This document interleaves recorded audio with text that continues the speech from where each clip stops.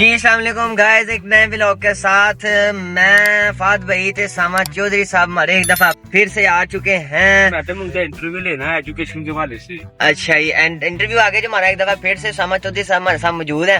آج فہد بھائی انٹرویو لیں گے. ہاں جی السلام علیکم گائز، کیا حال چال ہے؟ ٹھیک ٹھاک ہیں؟ خیریت سے ہیں؟ امید ہے سب ٹھیک ٹھاک ہوں گے. آج ہم جا رہے ہیں ڈی ایچ اے فیز 5 اور وہاں پہ میڈم ہے ہماری سیدہ مریم نقوی، جن کی ہم پوڈ کاسٹ کرنے جا رہے ہیں، کور کریں گے، انٹرویو کریں گے. وہ ماہر تعلیم بھی ہیں اور ماہر نفسیات بھی ہیں، تو ان سے ہم آنسر کوشچنس کریں گے.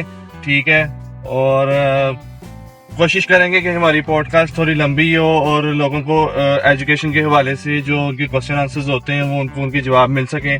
تو ہمارے ساتھ عثمان بھائی بھی موجود ہیں، ساما بھائی بھی موجود ہیں.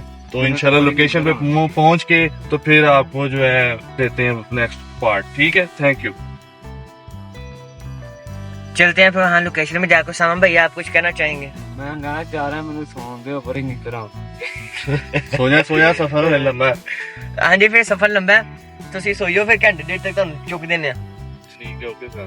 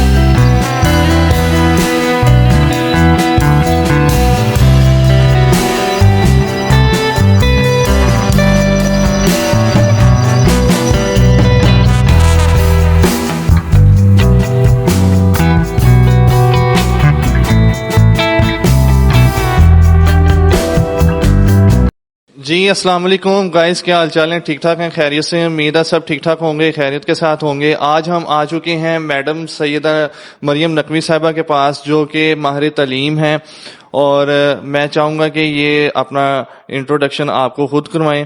تو جی السلام علیکم میم. وعلیکم السلام. کیا حال ہے جی؟ ٹھیک ہے الحمدللہ، آئی ایم گڈ. آپ کیسے ہیں؟ جی شکر اللہ کا. میم میں چاہوں گا کہ آپ ہماری دیکھنے والی آڈینس کو، کراؤڈ کو جو ہے آپ اپنا انٹروڈکشن دیں.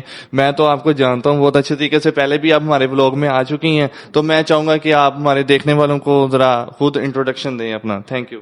My name is Sayyida Maryam Naqvi and I am an educationist, Montessori trainer and as well آپ سب جانتے ہیں کہ موٹیویشنل اسپیکر بھی ہوں اور اپنے ملک کی خدمت کر رہی ہوں فرام 22 ایئرس، اور ڈفرینٹ سٹیز میں ٹیچرس کو ٹرین کرتی ہوں، آن لائن ٹریننگز بھی دیتی ہوں، اور فزیکلی سیالکوٹ میں ایوری ویکینڈ جو ہے میرا فکس ہوتا ہے ٹریننگز کے لیے.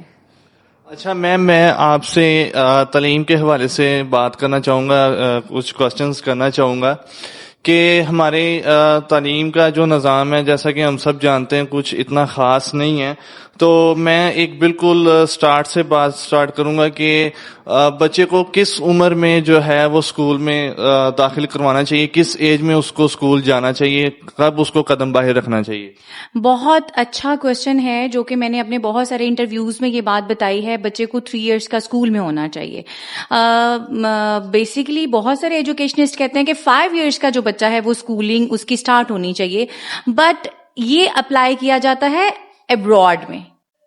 وہاں کی جو انوائرمنٹ ہے وہ پاکستان سے ٹوٹلی ڈفرینٹ ہے.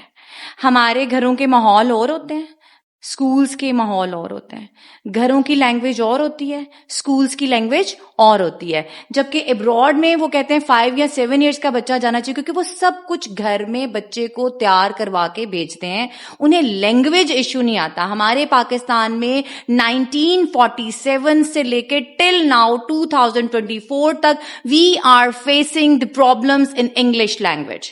سر سید احمد خان صاحب نے بھی بہت کوشش کی کہ ہم اس کو اڈیپٹ کر لیں, لیکن ابھی بھی 88% پیپل انگلش لینگویج کو اچھا نہیں سمجھتے, جس کی وجہ سے بہت سے ڈرا بیکس آتے ہیں, بچے بہت زیادہ پیچھے رہ جاتے ہیں. جو پرائیویٹ سکولز ہیں اس پہ فوکس کیا جاتا ہے, لیکن ان کی فیسز اتنی زیادہ ہوتی ہیں کہ ایک مزدور طبقہ یا نیچے والا طبقہ وہ فیسز افورڈ نہیں کر سکتا. ابھی میں ایک واقعہ بتاتی ہوں. میرے گارڈ انکل کے بچوں کو ہم نے یہاں پہ رکھا. ہمارے اسکول میں جو ہے وہ آکسفورڈ سلیبس ہے, تو it's very difficult for the kids to understand the language and the things. پھر ہمیں دل پہ پتھر رکھ کے انہیں گورنمنٹ اسکول میں یہاں سے موو آن کرانا پڑا. اچھا میم, میں نے ایک اور ان چیزوں کا بڑا ایک ایکسپیرینس حاصل کیا ہے. میں بھی جو ہے وہ پرائیویٹ اسکول میں ہی پڑھا ہوں. بالکل آپ کی بات ٹھیک ہے کہ پیرنٹس چاہتے ہیں کہ ہم جو ان سے بچوں کو ایک اچھے ادارے میں بھیجیں, پرائیویٹ ادارے میں بھیجیں, تاکہ وہ اچھے طریقے سے پڑھیں, اسٹڈی کریں, تاکہ ان کو انوائرمنٹ اچھا مل سکے. اچھا میم, لیکن میں نے یہ بہت ایکسپیرینس کیا ہے کہ کچھ ایگزامس جو ہوتے ہیں وہ ان کا برڈن بہت زیادہ ہوتا ہے. ایک دن میں انہوں نے 2 ایگزامز رکھے ہوتے ہیں, ایک ہی مطلب دن میں 2 سبجیکٹس کے جو ہیں وہ ایگزام آتے ہیں. تو وہ کیا بچے پہ اتنا اثر بہت زیادہ کرتے ہیں, وہ کیسے پھر ان چیزوں کو پاس کرے؟ پیچھے گھر والوں کی طرف سے پریشر ہوتا ہے, بچہ پتہ نہیں پاس کیوں نہیں ہو رہا, یہ کیا بات ہے. پھر وہ ٹیچرز پہ بھی بلیم کرتے ہیں کہ آپ نہیں شاید صحیح طریقے سے پڑھا رہے. تو یہ اسکول پہ نہیں افیکٹ پڑتا اس طرح بھی؟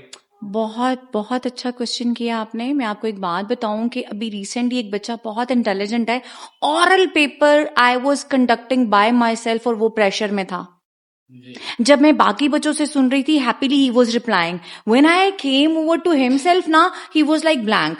می اینڈ مس فاریہ, میں نے کہا فاریہ دیکھو بچہ بلینک ہو گیا. مینس کہ گھر والے پلے گروپ نرسری پریپ کے بچوں کو بھی اتنا پریشرائز کر دیتے, اسکول کی طرف سے کوئی پریشر نہیں ہوتا. ہم تو تھرو ایکٹیویٹی چاہتے ہیں کہ بچہ سیکھے. مونٹیسری میں نا اس کو پیرنٹس کہتے ہیں کہ ایک ہی رات میں PhD اسکالرز بنا دو بچوں کو, جبکہ ایسا نہیں ہونا چاہیے. ہم پلے گروپ نرسری پریپ میں تھرو ایکٹیویٹی ہونا چاہیے اور لرننگ بیس ایجوکیشن ہونی چاہیے. اس کو لیٹر, نمبر, حروف تہجی کی ریکگنیشن ہونی چاہیے, جو کہ پریشر میں وہ ریکگنائز ہی نہیں کر پاتا. جب پیپر, اور بار بار every month they are conducting paper, every month they are, اور اٹ از اے پریشر. بچے کو پیپر ایگزامینیشن فوبیا ہو جاتا ہے. ایسا نہیں ہونا چاہیے. مونٹیسری کے تو پیپر کنڈکٹ کرنے ہی نہیں چاہیے. ڈیلی بیسس پہ آپ بچے کو جج کرو, اسی پہ بچے کو آپ کو پرموٹ کرنا چاہیے. اور یہ پریشر اسکول والے کم دیتے ہیں, گھر والے پریشر. اور ایسے بھی بچے میں نے دیکھے ہیں کہ جو پوری رات پیرنٹس ان کو پڑھاتے رہتے ہیں اور ان کا ریزلٹ پھر 0 آتا ہے. What is the reason? وہ ایک جگ میں اتنا ہی پانی ڈالنا ہے جتنی اس میں کیپیسٹی ہے, آپ ڈالتے جاؤ گے وہ گرتا جائے گا. Am I right? Yes, بالکل, آپ نے بالکل ٹھیک کہا. اچھا میم, اس کے علاوہ ایک اور بات کہ ہم کو ایجوکیشن کے حوالے سے بات کریں گے کہ بچے 4 to 5 کلاس تک عام مطلب اسکولوں میں, پرائیویٹ اسکولوں میں ہوتا ہے کہ وہ کو ایجوکیشن جو ہے وہ 5 کلاس تک چلتی ہے, پھر وہ مڈ میں جا کے ان کو 6th میں جو ہے سیپریٹ کرتے ہیں. میم آپ اپنے ایکسپیرینس کے حوالے سے کیا کہنا چاہتی ہیں کہ ان کو کب سیپریٹ کرنا چاہیے؟ کیا کو ایجوکیشن ہونی چاہیے؟ کو ایجوکیشن ہمارے جو اسلام میں ہے وہ نہیں ہونا چاہیے. جب بچہ بیچارہ دیکھیں, فیلنگز جو ہوتی ہیں نا, لائکننگ وہ جینون ہوتی ہے. جیسے جیسے بچہ گرون اپ کرتا ہے اسے چیزیں اٹریکٹ کرتی ہیں, اپوزٹ جینڈر اٹریکٹ کرتے ہیں.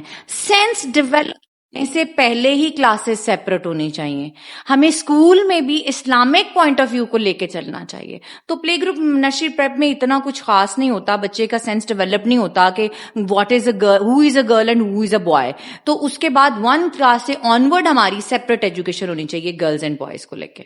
لیکن یہاں مطلب میں نے دیکھا ہے کہ 5 کلاس میں جب وہ سیپریٹ کرتے ہیں, دین اگین آفٹر وہ ان کو دیکھا جاتا ہے کہ وہ 9th میں اور 10th میں, جبکہ وہ ایج ہی بالکل ڈفرینٹ ہوتی ہے, اور اس میں واقعی ہی ایک ماں باپ کو ڈر ہوتا ہے, اور اسی ایج میں ہی بچوں کا ادھر ادھر ہونے کا بھی ڈر ہوتا ہے. تو وہ پھر ونس اگین وہ 9th میں اور 10th میں ہمیں اکٹھے نظر آتے ہیں. تو میم کیا یہ ہونا چاہیے کیا آپ کا پوائنٹ آف ویو ہے؟ بالکل بھی نہیں ہونا چاہیے. یہ جو اکیڈمیز میں بھی کو ایجوکیشن ہے وہ نہیں ہونی چاہیے. ہم مشرق میں رہ کر مغربی تہذیب کو اپنا رہے ہیں.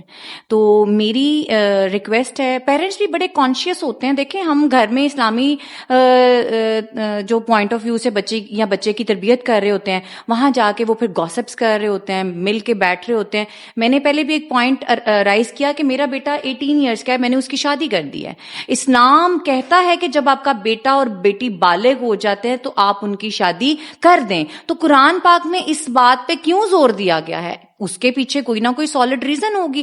ہم اپنے بچوں کے برین کو ڈائیورٹ کرتے ہیں, نیگیٹیوٹی کی طرف خود لے کے جاتے ہیں. اگر آپ مغرب میں دیکھیں وہاں تو اسلام کا تصور ہی نہیں ہے. وہاں پہ تو وہ تو رولز اینڈ ریگولیشن کو فالو ہی نہیں کرتے. بچے بچیاں باہر جا رہے ہیں, گھوم رہے ہیں, ان کے پیرنٹس کو بھی کوئی پرابلم نہیں ہے. وہ تو ورنہ کئی ان کے خیر بہت ساری پرابلمز ہوتی ہیں. تو میری یہ ریکویسٹ ہے کہ کو ایجوکیشن نہیں ہونی چاہیے.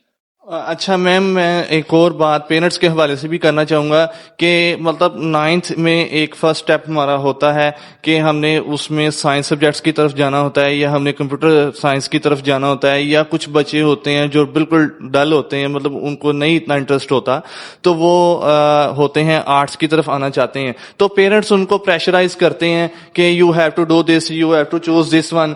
تو کیا ہمیں بچوں کی سننی چاہیے یا پیرنٹس جو ہیں ان کی سننی چاہیے؟ میں ادب کے لحاظ سے بھی بات کروں گا کہ پیرنٹس اپنی جگہ بالکل ٹھیک کہتے ہیں, لیکن ہمیں بچوں کا بھی مائنڈ دیکھنا چاہیے. یہ بھی آپ کا کوشچن بہت اچھا تھا. فرسٹ آف آل تو چائلڈ, آپ نے میرے پچھلے انٹرویو میں نے بتایا تھا کہ ایک تھی مریم جی ٹی پائلٹ. جب وہ بہت چھوٹی تھی تو اسے اپنی ڈیسٹینیشن کا پتہ چل گیا تھا. بچے کے اندر ایک جو کوالٹی ہوتی ہے نا, اس کو آلریڈی وہ خود اسیس کر لیتا ہے. پیرنٹس کو پریشرائز نہیں کرنا چاہیے. پینٹنگ بھی ایک آرٹ ہے, بچہ اگر پینٹر بننا چاہتا ہے تو اسے پروموٹ کریں. سنگنگ بھی ایک آرٹ ہے, اگر بچہ سنگر بننا چاہتا ہے اسے پروموٹ کریں. اگر وہ ڈاکٹریٹ کی طرف جانا چاہتا ہے, میڈیکل کی طرف جانا چاہتا ہے, اسے پروموٹ کریں. اور فرسٹ ڈیوٹی ٹیچر کی ہوتی ہے کہ وہ اپنے اسٹوڈنٹ کے اندر جو ابیلٹیز ہیں ان کو پالش کرے, اس ڈائمنڈ کو نکال کے پیرنٹس کو بتائے کہ آپ کے بچے کی یہ ڈیسٹینیشن ہے. نہ تو اسٹوڈنٹ کا کام ہے, نہ پیرنٹس کا کام ہے. یہ اچھے استاد کا کام ہے, اس نے اسیس کرنا ہے کہ اس بچے کا انٹرسٹ میڈیکل کی طرف ہے, انجینئرنگ کی طرف ہے, یا ٹیچنگ کی طرف ہے. تو وہ اس کو اس ڈائریکشن میں لے کے جائے گا, تو کانفلکٹس نہیں ہوں گے.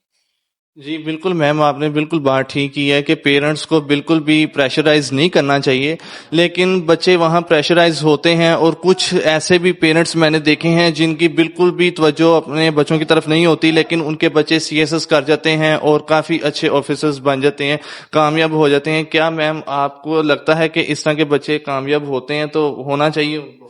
میں اس بات سے ایگری نہیں کرتی ہے. ماشاءاللہ میرے سارے کزن ڈاکٹرز ہیں, لیکن میرے تایا, میرے چچا نے بہت زیادہ, میرے چچا سجاد ہیں, انہوں نے سب بچوں پہ بہت ایفرٹ کی ہے. انہوں نے اپنی لائف کو ایک سائڈ پہ رکھ کے میرے سارے کزن کو کسی نہ کسی ڈیسٹینیشن, میرے بڑے تایا ابو کے 2 بیٹے ہیں, دونوں ڈاکٹر ہیں, ابراڈ ہوتے ہیں. اور پھر چچا جان کے بھی 2 بیٹے ڈاکٹرز ہیں, پھر مڈ والے چچا جان کے بھی 2 ڈاکٹرز ہیں. سب پہ ایفرٹ میرے ایک چچا جان نے اپنی ساری زندگی کو ان کے لیے سیکریفائس کر کے تو پھر ان کو بنایا ہے. ایسا نہیں ہوتا کہ اگر پیرنٹس نہیں کر رہے ہوتے, کوئی گائیڈین ان کے اوپر جو ہے فوکس کر رہا ہوتا ہے, تو فوکس کے بعد ہی بچہ کسی نہ کسی ڈیسٹینیشن پہ پہنچتا ہے. وہ کی سسٹر ہو سکتی ہے, مدر ہو سکتی ہے, چچا جان ہو سکتے ہیں, فادر ہو سکتا ہے, اس کے بعد ہی بچہ کسی نہ کسی پوائنٹ پہ پہنچتا ہے. تو یہ تھی ہمارے ساتھ میڈم سیدہ مریم نقوی صاحبہ, جن کے ساتھ ہم نے اچھے طریقے سے گفتگو کی. اگر کوئی نہ کوئی کوشچن رہ گیا ہو تو ہم اپنی دیکھنے والی فیملی کو کہتے ہیں کہ آپ کمنٹ سیکشن میں اپنا کوشچن وغیرہ کریں. نیکسٹ اگین انشاءاللہ اگر ہماری میڈم کے ساتھ رابطہ ہوتا ہے تو انشاءاللہ ہم ان سے کوشچن آنسر کریں گے ونس اگین. تو دیں ہمیں اجازت, ملتے ہیں آپ کو انشاءاللہ نیکسٹ ویڈیو میں. تب تک اللہ حافظ. Thank you so much. So nice of you, جزاک اللہ خیر. بہت شکریہ, آپ نے ٹائم دیا. Thank you so much. Welcome, always welcome.